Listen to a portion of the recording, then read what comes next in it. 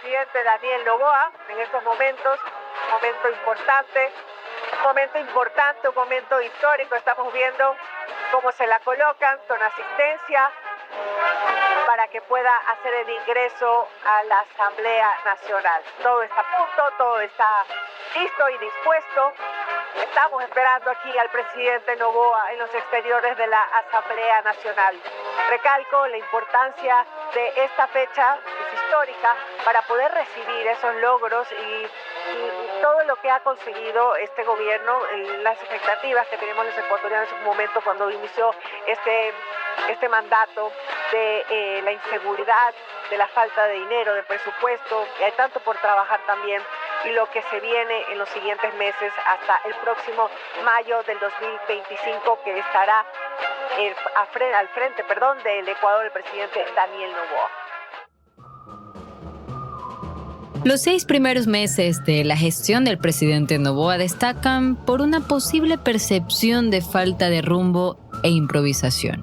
A pesar de mantener un apoyo significativo, enfrenta críticas por posibles abusos de poder. La percepción de que utiliza el poder del Estado para su beneficio personal podría erosionar un poco esos apoyos, especialmente si no se logran mejoras tangibles en la vida de los ciudadanos. Y esto parece mantenerse y fortalecerse además con la serie de elementos populares como los videotrends o con elementos tan encuadrados como la atención a los zapatos del mandatario al rendir su declaración pública de cuentas y cómo los medios focalizan la atención para poder mostrar cuáles son las prioridades. ¿De qué manera la percepción de que Noboa utiliza el poder del Estado para su beneficio personal podría afectar su futuro político y la estabilidad del gobierno? ¿Qué impacto tiene la carta de Human Rights Watch en la administración de Noboa y cómo influye en la percepción de una posible deriva autoritaria? Creo que Noboa no se va a sostener así pueda ganar la siguiente elección, que no es loco ni mucho menos. No se va a sostener solo con este discurso securitista, que no alcanza con eso, por 2 razones. Porque los propios resultados ya están dejando en duda eso, ¿no? Todo el repunte de casos, de asesinatos, esto y el otro. Y 2, porque oye, que de seguridad no solo vive el ser humano. Hoy Jacobo García Arias nos da su punto de vista como sociólogo y analista político, analizando cada aspecto de los hechos que pueden dar a favor o en contra de la reelección de Daniel Noboa. Jacobo es consultor político y licenciado de Sociología y Ciencias Políticas por la Universidad de Salamanca. Disculpen la incredulidad en Guayaquil. Desde los estudios de radio RTP 96.5, soy Pamela León Andrioli. Y hoy es viernes 31 de mayo.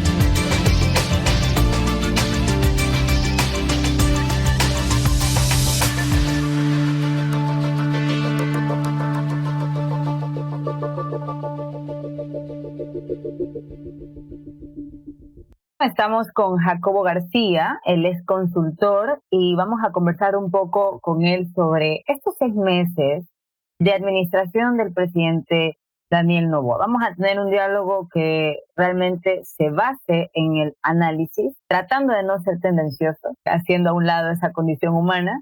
Jacobo, ¿qué podrías decir tú sobre esa frase tan reiterada por los medios en su momento, cuando Daniel Noboa dijo el día de su posesión que él iba a ser un presidente más de lo pro que de lo anti? ¿Es posible decir que esa consigna ha tomado una tangibilidad, ha sido algo concreto o se ha debilitado en el tiempo? Bueno, mucho gusto y encantado, ¿no?, de estar aquí conversando contigo. A ver, yo creo que esto es una especie de eslabón o engranaje entre el triunfo de Noboa y su paso a representar un gobierno, ¿no? ¿A qué me refiero?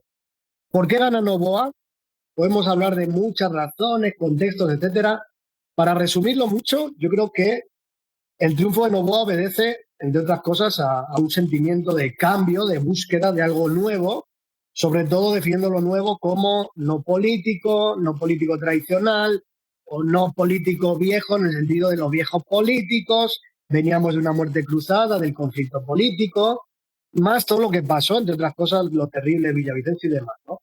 Entonces, esto, obviamente, tiene que haber un eslabón, una continuidad, ¿no? Una justificación entre lo que se representa en un triunfo electoral y la expectativa que habrá luego de ese gobierno, ¿no? Y creo que ahí lo representamos no solo en esa frase, sino en el concepto del nuevo Ecuador, que es la marca de gobierno, ¿no? Es decir, para que vean que no es que hablo desde mi subjetividad, sino que creo que el gobierno a sí mismo lo interpretó. Entonces, una de las formas de representar a ese nuevo Ecuador creo que se hizo a través de esa famosa frase, ¿no? ¿Qué quiere decir esa frase? Quiere decir, no representamos al viejo conflicto o no nos vamos a entrampar en las peleas políticas, en los antis, sino que vamos a gobernar con el objetivo de el bienestar común, la mayoría de la población, y de esta forma justificamos que no somos los viejos políticos que odiamos, los antis, esto y lo otro.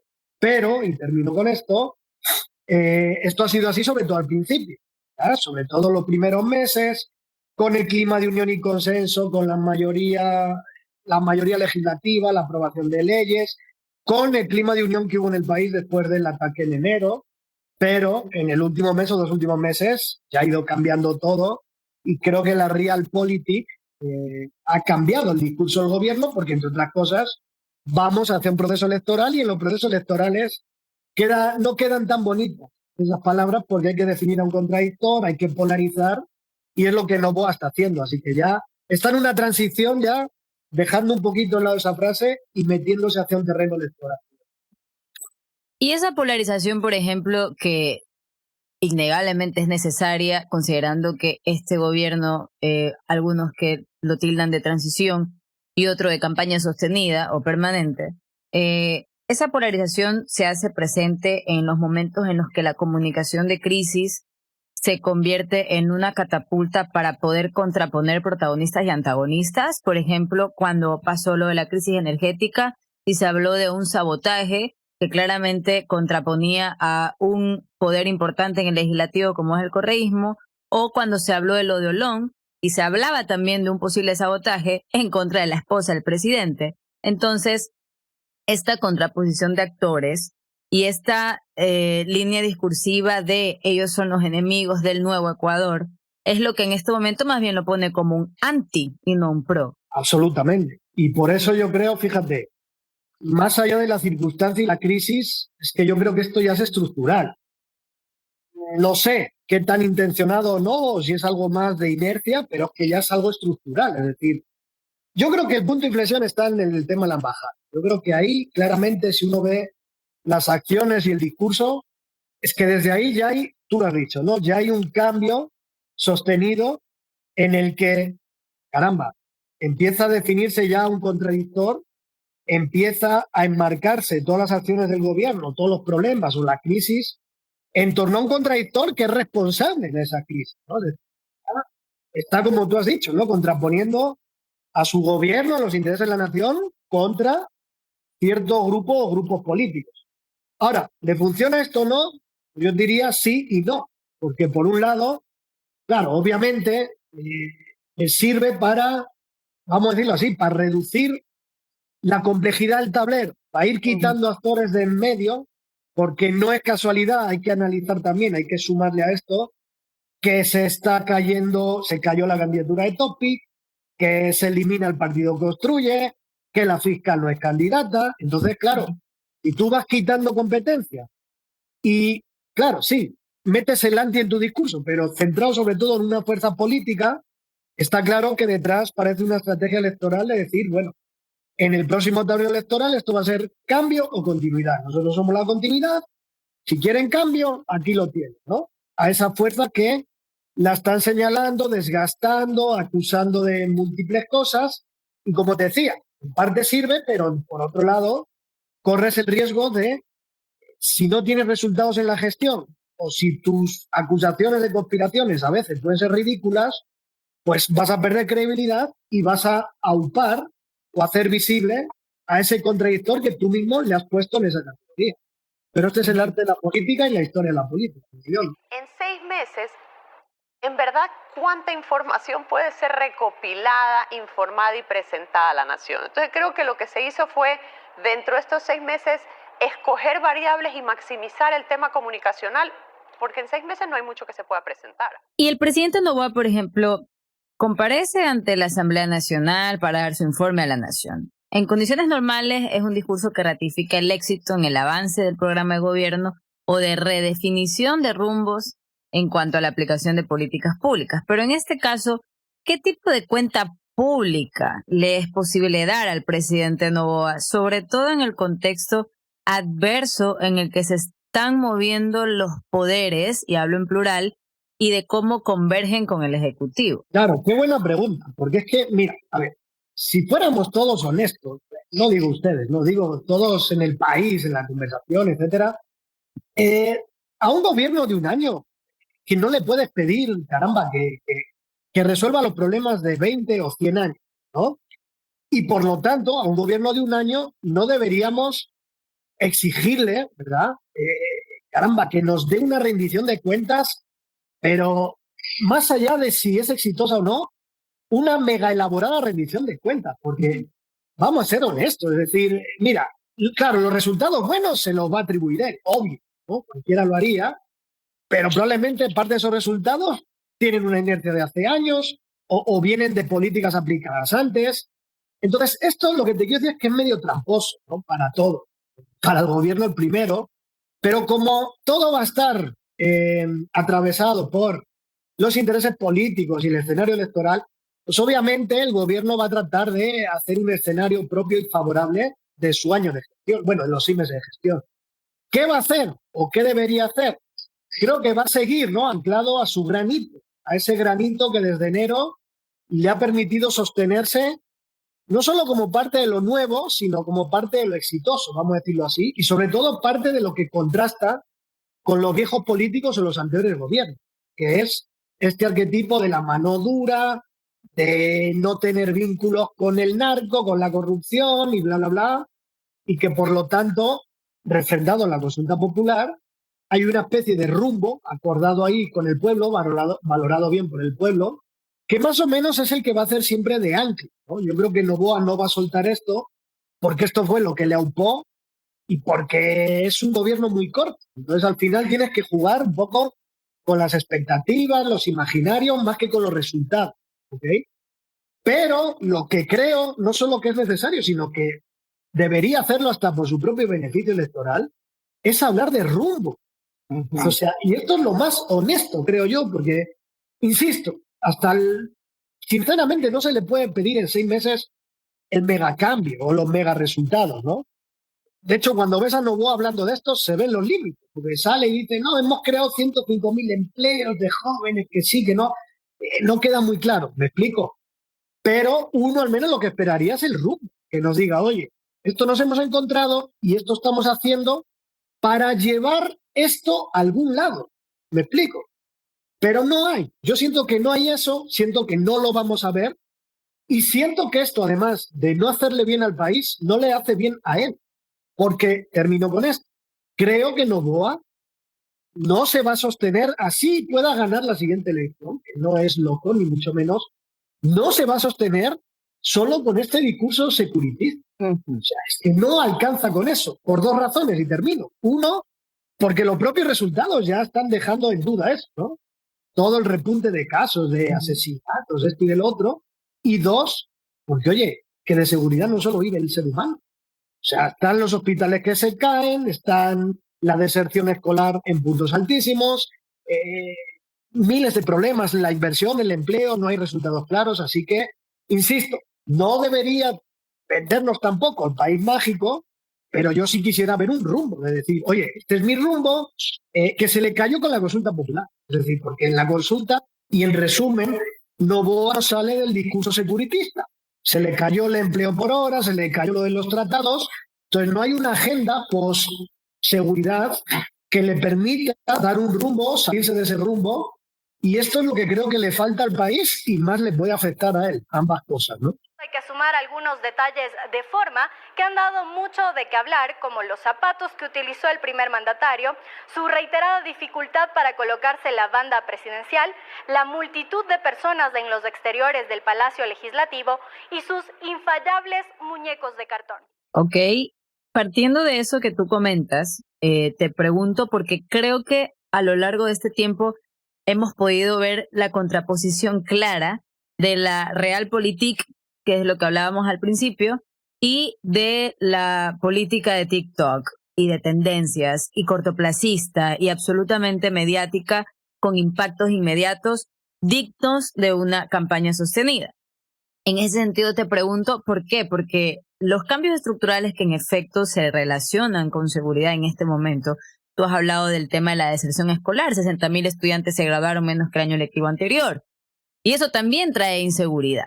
En ese sentido te pregunto, ¿cómo podría el presidente contraponer programáticamente esa propuesta? Porque lo que se había comentado es que él en este momento ya ha cumplido 6 meses y una de sus principales promesas de campaña que sigue postergándose son las cárceles de máxima seguridad.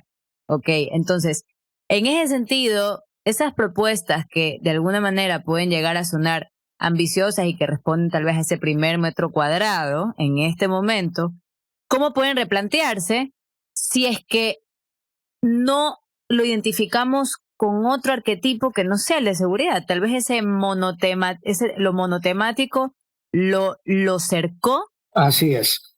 Sí, a ver, lo cercó. Mira, yo para mí, de verdad, y no es nada personal ni contra el presidente ni contra este gobierno. Yo creo que esto es un problema estructural de Ecuador. Esto es la falta de proyectos, de partidos y de ideología. Es decir, para mí esto es la falta de rumbo. Yo puedo entenderle a Noboa, a cualquier presidente, a cualquier gobierno, insisto, que por el tiempo no se le pueda pedir grandes resultados, que no es justo culparle de problemas que él ha heredado, que son muchos, y hay que decirlo, pero lo que yo sí le voy a culpar a él y a todos los políticos de Ecuador, la mayoría, es llegar al poder a improvisar.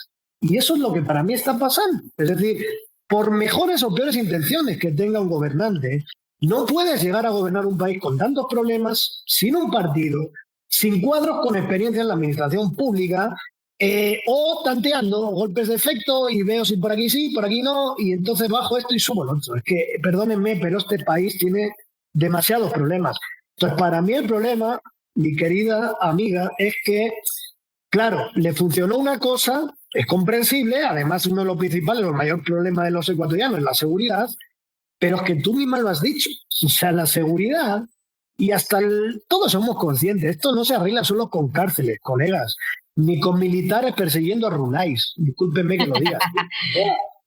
Está muy bien, ¿vale? Es una parte, es un golpe de efecto, pero es que no es casualidad la deserción escolar, no es casualidad que la falta de Estado hace que el crimen entre en el país y en los barrios donde no hay oportunidades recluten a muchachos que son muchachos pobres que terminan siendo sicarios y luego otras cosas, por Dios. Entonces, insisto, no le quiero cargar el muerto a Noboa, pero sí le exijo, y creo que al final le va a explotar de una forma o de otra, si no hay rumbo, si no hay un proyecto, un modelo de desarrollo, un modelo de país que nos diga por aquí hay que ir, en el mediano, en el corto plazo, en lo que sea, pero entrelazando las cosas.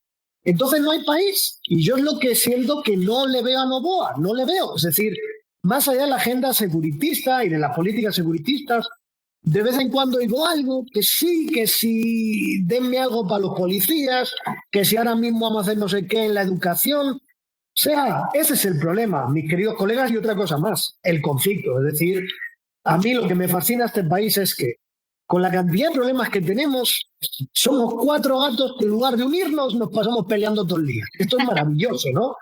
Entonces, por Dios, o sea, si estamos siempre peleándonos, y encima esto no nos permite poner acuerdos, puntos programáticos, políticas de Estado duraderas, y encima llegamos con esta improvisación, ¿cómo quieren que se resuelvan los problemas del país? ¿Le dará para reelegirse? Es posible, ahí podemos hablar de estas cosas, pero yo no veo un buen futuro para este país. No culpo a Noboa o solo a Noboa, pero es que es imposible ser optimista, colegas. Al menos así lo veo yo. ¿Y qué tal culparnos a nosotros? Porque hay una cosa que para decir, parece que hubiesen 6 meses en donde lo hemos perdonado todo. Y obviamente estoy siendo estándar, ¿no? No estoy haciendo una especificidad en el tema. Pero, por ejemplo, no nos molestamos cuando pasa lo de la deserción escolar, no nos molestamos cuando se utilizarán posiblemente las escuelas como cuarteles, no nos molestamos cuando pasa lo de Olón y después de 5 días, exactamente 5 días, nadie volvió a hablar del tema. Tampoco nos molestamos con México y ya nadie habla de Mayra Salazar y de los casos de fiscalía. Entonces, esos 6 meses de improvisación, posiblemente, no enteramente, pero de alguna parte, también de alguna manera la forma en la que pasivamente recibe la ciudadanía estas afrentas por parte no solo de este gobierno, como usted ha dicho, sino de los otros que no abundan en la estructuralidad, también permitimos ese acceso a esos gobiernos que en este caso han pasado 6 meses en donde lo hemos perdonado todo. Y en ese sentido, ¿qué tendría que pasar en estos 6 meses? ¿Qué deberíamos exigir en estos 6 meses? ¿Y cuál es la respuesta que deberíamos de alguna manera protagonizar para que el gobierno se mueva hacia el plan a largo plazo? Totalmente, muy importante lo que acabas de poner en la mesa, porque esta es la realidad. Es que, mira, a ver, vamos a ser justos, ¿no? A veces hablamos los políticos y parece que estamos hablando de alienígenas, ¿no? O sea, que una vez vinieron los extraterrestres, nos pusieron aquí a los políticos y se fueron. No, los políticos somos nosotros. Son nuestros tíos, padres, abuelos, primos, vecinos, yo qué sé. O sea, vienen de la misma sociedad en la que estamos tú y yo. Entonces, son parte, claro, causan problemas, muchos, pero que también son la representación de los problemas que existen en la sociedad. Y parte de esos problemas son una sociedad civil desinteresada, muy cómoda, muy alejada de la discusión, ¿verdad? El dame haciendo, el paternalismo y otra serie de cosas. Y aquí hay, sobre todo, a mí lo que me da mucha pena es la débil discusión pública que hay en estos temas, por Dios, o sea.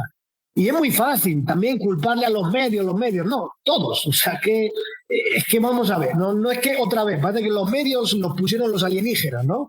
Y el pobre pueblo, santo y bueno, pues sufre a los políticos, a los medios. No, es que esto todo es lo mismo, pues todos son vasos comunicantes. ¿Dónde está la academia? ¿Dónde están los movimientos sociales? Que cuando digo movimientos sociales no estoy diciendo que salgan a quemar las calles, digo, ¿dónde está la discusión, la propuesta de cosas? Se supone que hay 5 poderes del Estado, que hay una ley orgánica de participación ciudadana. Aquí no participa absolutamente nadie. Entonces, claro que ha habido, claro, esto es complejo, ¿no? Pero todos estos años de conflicto, de pandemia, yo digo que estamos todos medio locos, ¿no? Aunque no nos demos cuenta, de mucha serie de cosas ha hecho que la ciudadanía y el debate público sea de un nivel muy pobre, o nos alejemos, nos desinteresemos. Y hay otra cosa, creo que al ser un gobierno de un año, es como que también esto le da a la gente cierto relax en el sentido de decir, bueno, si funciona bien y si no, tranquilo, ¿no? Ya dentro de unos meses vamos a votar y si no nos gusta, pues vamos a por otro, ¿vale? Esto es como ir a las rebajas, al centro comercial, más o menos. Entonces, es como que quita un poco esa presión, ¿no? De decir el contrapeso, la protesta, el todo esto. Así que al final la gente se ha acostumbrado a, bueno, si me gusta esté bien y si no, a las urnas. Y ya está. Al final es lo único, lo más sólido que nos queda en esta democracia. Pero es parte del problema también. Hay que ser honestos y hay que reconocerlo, la verdad. Estás escuchando Disculpen la Incredulidad, el podcast original de RTP 96.5 en Guayaquil. Vamos a hablar de algunas cosas que podríamos ver como recuento, para ver de qué forma podemos entender un poco los tropiezos, pero tal vez para no hablar solo de los tropiezos. A ver, no sé si recuerdas que en algún momento el presidente dijo, tenemos un plan bonito, no se lo cuenten a Fito sigo prófugo. El ámbito diplomático es importante, no solamente por lo que ha pasado en Estados Unidos, sino también lo que de alguna manera se relaciona con Verónica Abad y la tensa relación con la vicepresidenta canciller. Entonces, no sé también de qué forma podría configurar un recuento de gobierno, como la ministra de Ambiente, Sade Frichi, tuvo un encuentro con representantes de un país que no existe, y también las decenas de miles de empleos nuevos que se contradicen con las cifras oficiales también del país, como también el secretario de Comunicación hablaba de unas compuertas que realmente técnicamente no podían abrirse. Entonces, ¿de qué manera todas estas cosas que no solamente se sostienen desde una vocería ejecutiva, gubernamental, presidencial, sino que también se pasa hacia los ministros, secretarías, otros espacios gubernamentales? ¿De qué manera puede sostener la reputación electorizable de un gobierno que parece que le habla al mercado electoral y no a la ciudadanía? Buen punto, porque mira, a ver, además de esto reflejar la improvisación y cierta falta de capacidad y otra serie de cosas, creo que esto sí pasa factura. ¿Y por qué? Verás, yo creo que al final, consciente o inconscientemente, así la ciudadanía esté alejada, apática y no se meta mucho en la discusión, pero al final, más o menos, te llegan las cosas y las conectas. ¿Qué quiero decir? Si tú no ves resultados en términos de empleo, economía, o no ves que encima sube el IVA, no estoy diciendo que sea culpa de Noboa, no, trato de hablar de la realidad objetiva que vive la gente, ¿no? Entonces ves que sube el IVA, ves que no hay mejora muy palpable, ves que no sale del discurso de la seguridad, ves que en la consulta popular se le rechazan dos cosas de economía. Y claro, y empiezas a ver estos tropiezos de que me paso el ordenamiento internacional por ahí, de que le acuso a Correa de que se roba el agua en las compuertas, de que la otra habla con un país imaginario. Tú unes las cosas inconscientemente y lo que dices es, aquí no hay rumbo. Uh-huh. Aquí no hay gobierno. Entonces, aquí no hay un futuro que yo vea optimista para resolver mis problemas. Claro, ahí algunos me dirán, pero mira las cifras. Sí, las cifras hoy nos dicen que la popularidad está más o menos por el 60%, no es nada despreciable, en absoluto, pero ojo, porque aquí mucha gente se queda en estos juegos de números, ¿no? Entonces, como tiene el 60, esto ya está hecho, no. Hace 2 meses les recuerdo que tenía el 80, ¿vale? Y dentro de 2 meses, si la cosa sigue así y empieza a haber estos patinazos y falta de rumbo y demás, lo que hoy es 60 puede convertirse en el 40. Y lo que es 40, les recuerdo que una cosa es la intención de voto y otra cosa es la popularidad. Entonces, no es que toda la gestión y la popularidad de gestión se convierta en voto. Entonces, aquí ya empieza a peligrar ese escenario electoral que viene en unos meses. Así que yo lo digo esto porque veo mucha euforia, ¿no? En cierto sector gubernamental ya se cree que aquí ya prácticamente tienen la reelección hecha. Y, hombre, el escenario hoy es favorable, ¿no? Entre otras cosas porque la oposición también está en unos niveles muy bajos, lamentables, uh-huh. Y porque Noboa, hombre, inteligentemente está usando el poder y el Estado para apartar a sus rivales también. Está tratando de polarizar para allanar ese camino, pero creer que por eso ya tiene la reelección y no sé qué, no sé cuál. Vuelvo a insistir y termino con esto. Hay que gobernar para el bienestar de la gente, y gobernar no es solo sacar a los militares o perseguir a rurales.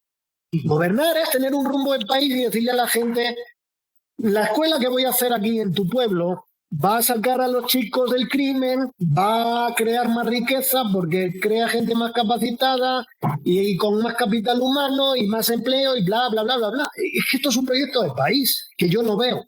No veo en el discurso ni en las acciones. Y ahí es donde está el problema.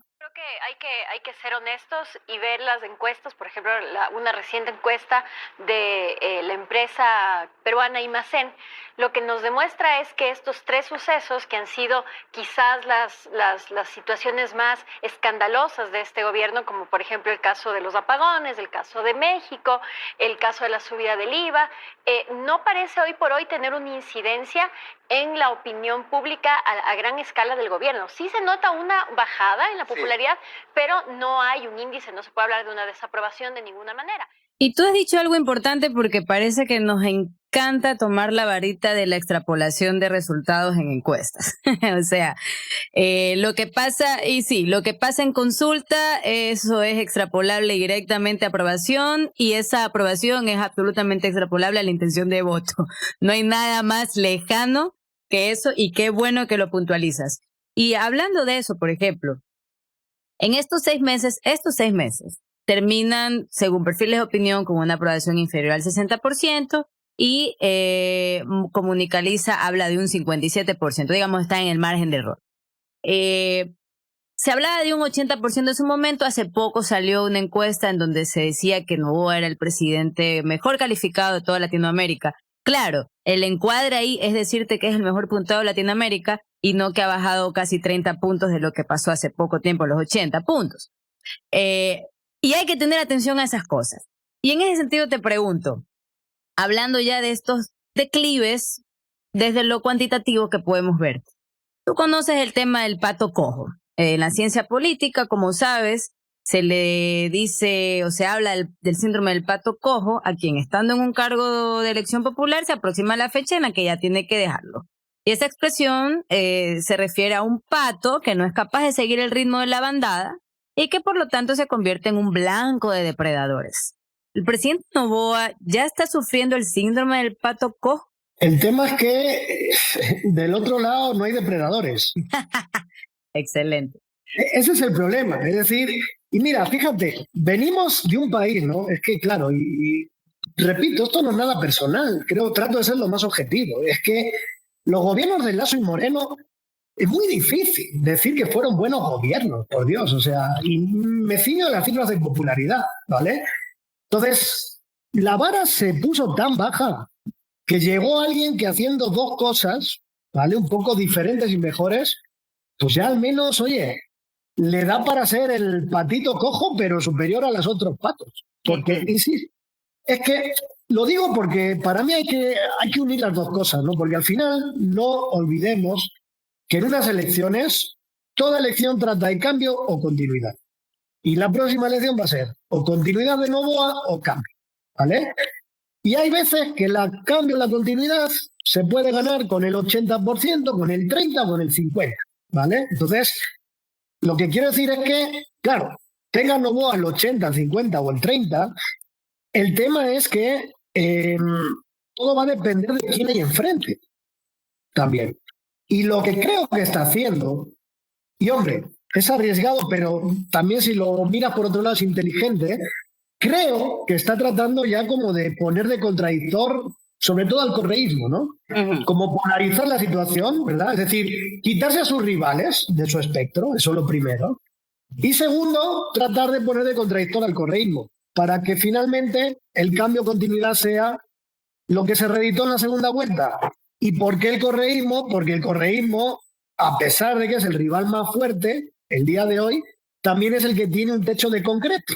Es el que menos puede crecer, el que tiene un desgaste ahí muy notable y que podría valerle a Noboa, si no en una vuelta, en una segunda vuelta. Entonces, esto es la política. Al final, insisto, seas pato cojo o pato lisiado, es que al final todo depende del estanque y de quién son los depredadores. Así que yo a Noboa le veo muchas debilidades a nivel de proyecto político, muchísimas más todavía, pero claro, estando en el poder, ¿no?, que puedes manejar a tus rivales, a la política, mira cómo se están comprando asambleístas, ¿no? Y con la vara tan baja que se puso, ¿no?, comparación a Lasso y Moreno, y la crisis política y de políticos que tenemos, pues oye, al final el patito feo puede ser el patito ganador también, ¿no? Listo, Jacobo. Muchísimas gracias por esta entrevista. Benjamín, no sé si tú tienes alguna pregunta tal vez que quisieras que retroalimentemos. Quiero saber cuál es tu opinión respecto a la carta que mandó Human Rights Watch al presidente Noboa y que da a entender que hay una deriva autoritaria. ¿Cómo lo ves? ¿Afectará o no afectará? En un concierto de relaciones internacionales que no es el mejor, porque después que invadimos la Embajada de México, no es que estemos muy bollantes en cuanto a nuestro prestigio en el extranjero. La organización Human Rights Watch cuestionó en un reporte presentado este miércoles la declaración de conflicto armado interno en Ecuador, hecha por el presidente Daniel Noboa el pasado 9 de enero. El reporte considera que la decisión del gobierno de Noboa no tiene fundamento y ha contribuido a serias violaciones de derechos humanos. Este reporte señala que si bien han disminuido las muertes violentas, otros delitos como la extorsión y el secuestro han aumentado sin que la declaratoria de conflicto armado interno parezca tener efecto haciendo para contenerlo? Fíjate, qué buen punto este también, porque, a ver, dos cosas señalaría yo. La primera, y esto le favorece a Noboa, la región latinoamericana y Ecuador en concreto, hay unos índices, ¿no?, de cultura política de la democracia, de apoyo a la democracia, de creencia en la institucionalidad y bla, bla, bla, muy bajos. O sea, esa es la realidad. Barómetro de las Américas, Latino Barómetro y muchas cosas más demuestra que no somos una región y mucho menos un país asentado en una gran cultura política de la democracia, de las libertades, los derechos humanos y bla, bla, bla. El por qué lo podemos discutir para otro podcast, ¿no? Pero partiendo de esta realidad y partiendo de lo que sucedió en enero, claro, a Noboa le salió todo muy bien, porque poco más que lo que nos está diciendo que los derechos humanos son enemigos de la patria. Es decir, como que por culpa de los derechos humanos los delincuentes salen pronto, hacían lo que querían en las cárceles. Es decir, este es el drama de nuestro país. Como no funciona bien la institucionalidad, los políticos se pasan las leyes por el forro, y nos guste o no, hay derechos humanos internacionales que no solo hay que respetar porque hay que respetar, es que la esencia de la democracia es lo menos malo, es lo que nos hace un poco más civilizados. Pues lastimosamente la gente, como no ve resultados, no ve mejora en su día a día, es muy fácil crear este populismo penal, ¿verdad?, donde, caramba, meto en un saco a todo, ¿no? Los derechos humanos sirven para que Glass salga de una habeas corpus, ¿ya? Poco más. Entonces, esto le ha favorecido mucho a Noboa para poder saltarse los derechos humanos por el forro con sus objetivos políticos. Para unos estará justificado, para otros no.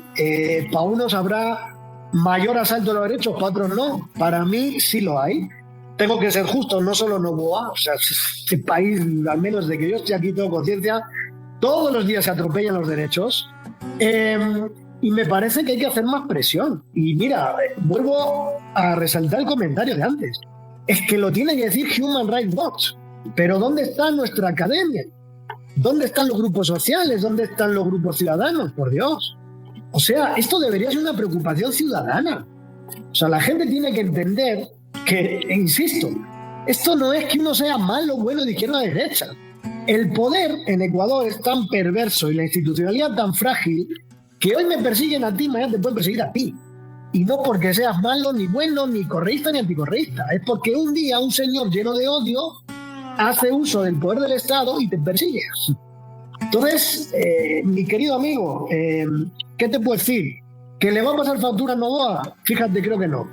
Lo que sí le puede pasar factura, y termino con esto, es si la gente piensa que está usando el Estado, ¿no?, el poder del Estado para su beneficio y no para defender a la gente. Ejemplo, Casolón, que yo creo que sí le ha afectado. ¿Por qué?